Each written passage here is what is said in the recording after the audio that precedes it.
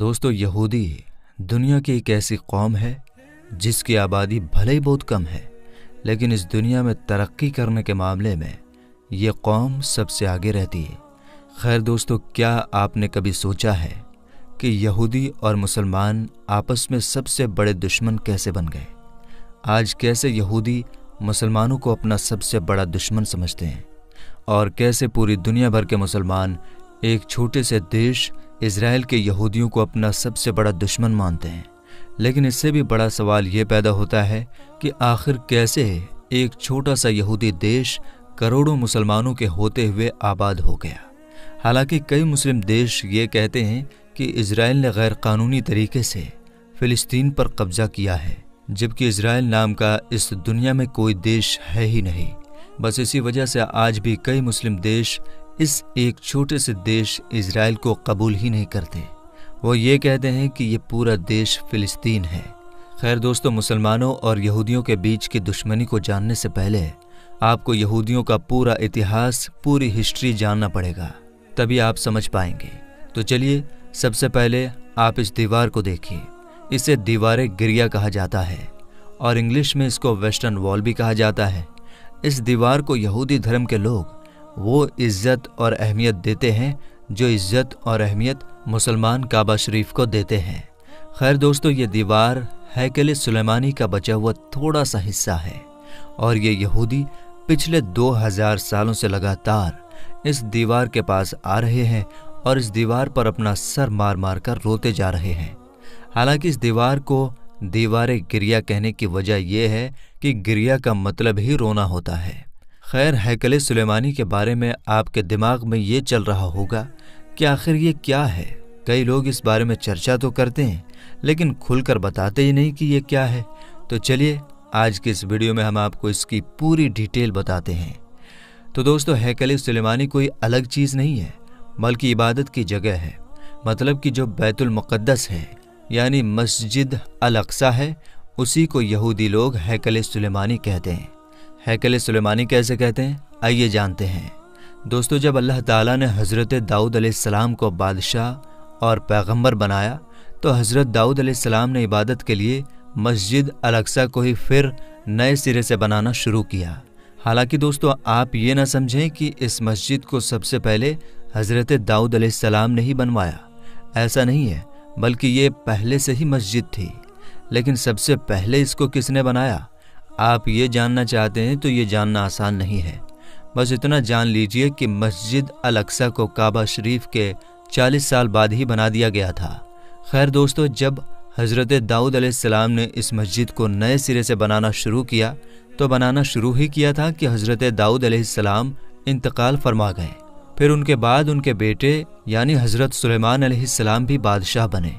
और हज़रत सुलेमान अलैहिस्सलाम ने बादशाह बनने के बाद बहुत जल्द ही अपने वालिद के शुरू किए हुए मस्जिद का काम फिर से शुरू किया।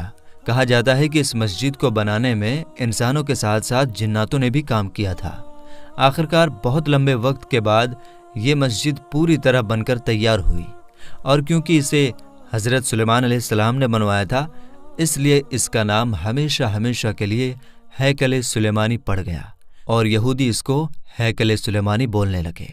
और ताबूत सकीना को भी इसी हैकल सुलेमानी के अंदर महफूज रख दिया गया। हैकल सुलेमानी के अंदर ताबूत सकीना को जिस खास जगह पर रखा गया था, वहाँ पर किसी भी आम इंसान को जाने की इजाज़त नहीं थी। इस जगह पर यहूदी धर्म के सिर्फ बड़े बड़े आलिम ही जाया करते थे। खैर दोस्तों, अब आप ये सोचेंगे कि अब ये ताबूत सकीना क्या है, तो चलिए इसके बारे में भी जान लेते हैं। तो दोस्तों, ताबूत सकीना एक संदूक का नाम है, यानी एक बक्से का नाम है। लकड़ी का ये संदूक हज़रत आदम अलैहिस्सलाम को अल्लाह ताला की तरफ से मिला था, और फिर ये एक एक करके हर नबी के पास पहुंचता रहा, यहाँ तक कि पहुँचते पहुँचते हज़रत मूसा अलैहिस्सलाम के पास भी पहुँचा। और इस संदूक यानी बक्से के अंदर क्या था, आइए जानते हैं। दोस्तों, इस संदूक यानी बक्से के अंदर हज़रत आदम अलैहिस्सलाम से लेकर हज़रत मूसा अलैहिस्सलाम तक जितने भी नबी हुए हैं, उनमें से बहुत सारे नबियों की यादें मौजूद थी। किताब क़ससुल अंबिया में है कि इस संदूक में हज़रत मूसा अलैहिस्सलाम का आसा मुबारक भी मौजूद था। साथ ही साथ इस संदूक में हज़रत मूसा अलैहिस्सलाम पर नाजिल होने वाली किताब توریت جو اوریجنل تھی وہ بھی موجود تھی، وہی اوریجنل کتاب جو اللہ کی طرف سے حضرت موسیٰ علیہ السلام کو دی گئی تھی۔ یہاں تک کہ حضرت موسیٰ علیہ السلام کے زمانے میں بنی اسرائیل کے لیے جنت سے جس برتن میں کھانا آیا کرتا تھا، جنت سے کھانا کیسے آیا کرتا تھا، اس کے بارے میں بھی ہم نے یہودی کون ہے والی ویڈیو میں بتا دیا ہے، آپ اس ویڈیو کو دیکھ سکتے ہیں۔ خیر دوستو، جنت سے جس برتن میں کھانا آیا کرتا تھا وہ برتن بھی اسی صندوق میں موجود تھا۔ پھر یہ صندوق پہنچتے پہنچتے حضرت داؤد علیہ السلام کے پاس بھی پہنچا، وہی داؤد علیہ السلام جن کو یہودی اور عیسائی ڈیوڈ کے نام سے بھی جانتے ہیں۔ جب یہ صندوق داؤد علیہ السلام کے پاس پہنچا تو یہودی اس صندوق یعنی تابوت سکینہ کو اپنی مدد کے لیے استعمال کیا کرتے تھے۔ جب بھی ان کو کوئی پریشانی ہوتی تو اس صندوق کی مدد سے وہ اللہ تعالیٰ کی مدد مانگا کرتے تھے اور ان کی دعا بڑی جلد ہی قبول ہو جایا کرتی تھی۔ اور یہودیوں کی جب بھی کسی سے جنگ ہوا کرتی تو یہ تابوت سکینہ کو اپنے ساتھ لے کر جایا کرتے تھے، اور جنگ شروع ہوتے ہی اس صندوق کو اپنی فوج کے آگے رکھ دیا کرتے تھے، جس کی برکت سے اللہ تعالیٰ ان کو سبھی جنگوں میں جیت نصیب کیا کرتا تھا۔ یہودی تابوت سکینہ کو ایک الگ خیمے میں رکھا کرتے تھے، اور جس خیمے میں وہ اس صندوق کو رکھتے تھے اسی خیمے کی طرف منہ کر کے سارے یہودی اللہ کی عبادت کیا کرتے تھے۔ خیر، حضرت داؤد علیہ السلام کے انتقال کے بعد جب ان کے بیٹے حضرت سلیمان علیہ السلام نے پوری طرح سے مسجد الاقصی کو بنوایا یعنی ہیکل سلیمانی کو بنوایا، تو اس تابوت سکینہ کو حفاظت کے لیے اسی ہیکل سلیمانی کے اندر رکھوا دیا۔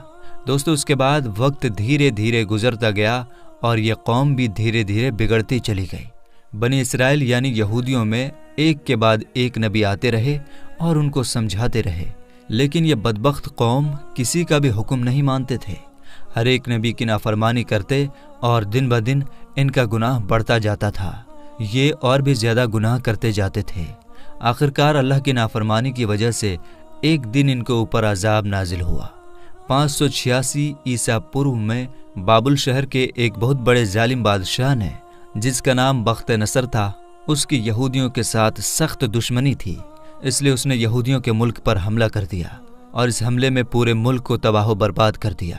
یہودیوں کے ملک کو جیتنے کے بعد اس نے تابوت سکینہ کو ہیکل سلیمانی سے نکال کر اس کی بہت بے حرمتی کی اور یہودیوں کے ہی ہاتھوں سے ہیکل سلیمانی کو توڑوانے لگا۔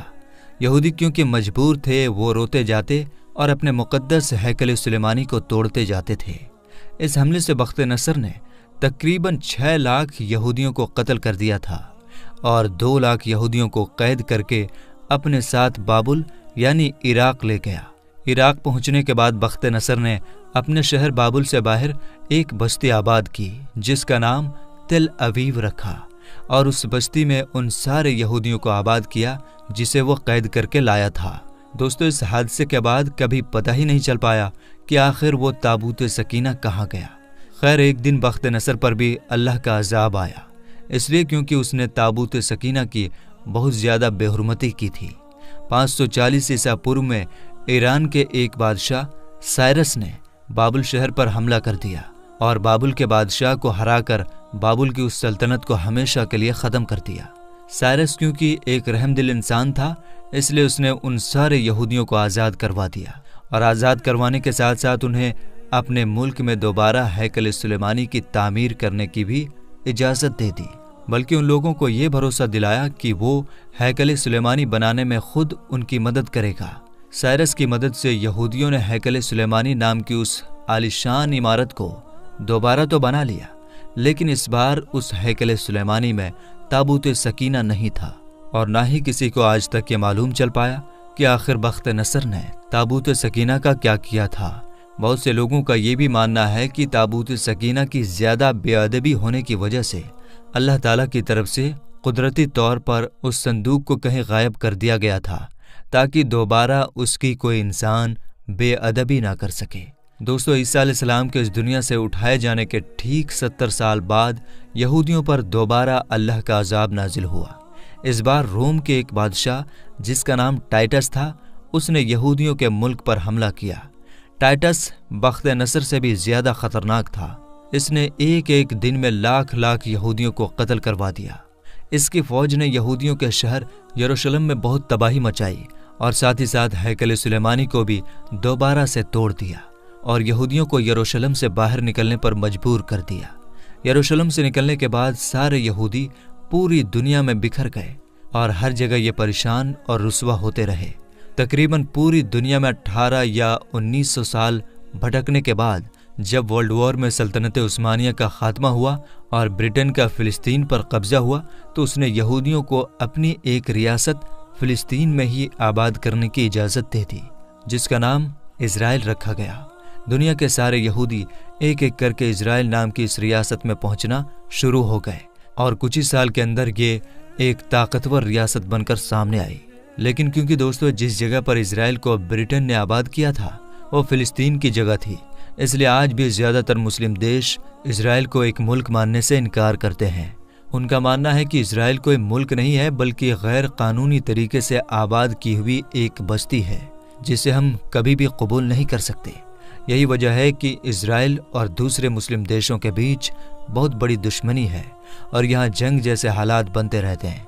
दोस्तों आज जब दुनिया के सारे यहूदी ऐसी जगह पर आबाद हो गए हैं जहाँ पर आज से 2000 साल पहले हैकल सुलेमानी हुआ करता था, तो उन लोगों ने ताबूत सकीना को भी बड़ी तेज़ी के साथ ढूंढना शुरू कर दिया है, क्योंकि उनका मानना है कि ताबूत सकीना जिसके पास भी होगा वो दुनिया का सबसे ताकतवर इंसान बना रहेगा। इसलिए इज़राइल के सारे यहूदी ताबूत सकीना को जल्दी से जल्दी ढूंढने के बाद मस्जिद अल अक्सा को शहीद करके उसकी जगह हैकल सुलेमानी को बनाना चाहते हैं, क्योंकि आज से 2000 साल पहले जिस बड़ी जगह में हैकल सुलेमानी नाम का वो महल हुआ करता था, उस जगह पर अब मस्जिद अक्सा भी मौजूद है। लेकिन हैकल सुलेमानी से भी पहले वो मस्जिद अल अक्सा ही हुआ करती थी। अगर साफ तौर पर यह कहा जाए कि वो हमेशा से ही मस्जिद अल अक्सा ही है, तो ये कहना गलत ना होगा, क्योंकि काबा शरीफ की तामीर के ठीक 40 साल बाद ही मस्जिद अक्सा की भी तामीर कर दी गई थी। तो मेरे दोस्तों फिलहाल की इस वीडियो में इतना ही। मिलेंगे अगली वीडियो में। अस्सलाम वालेकुम।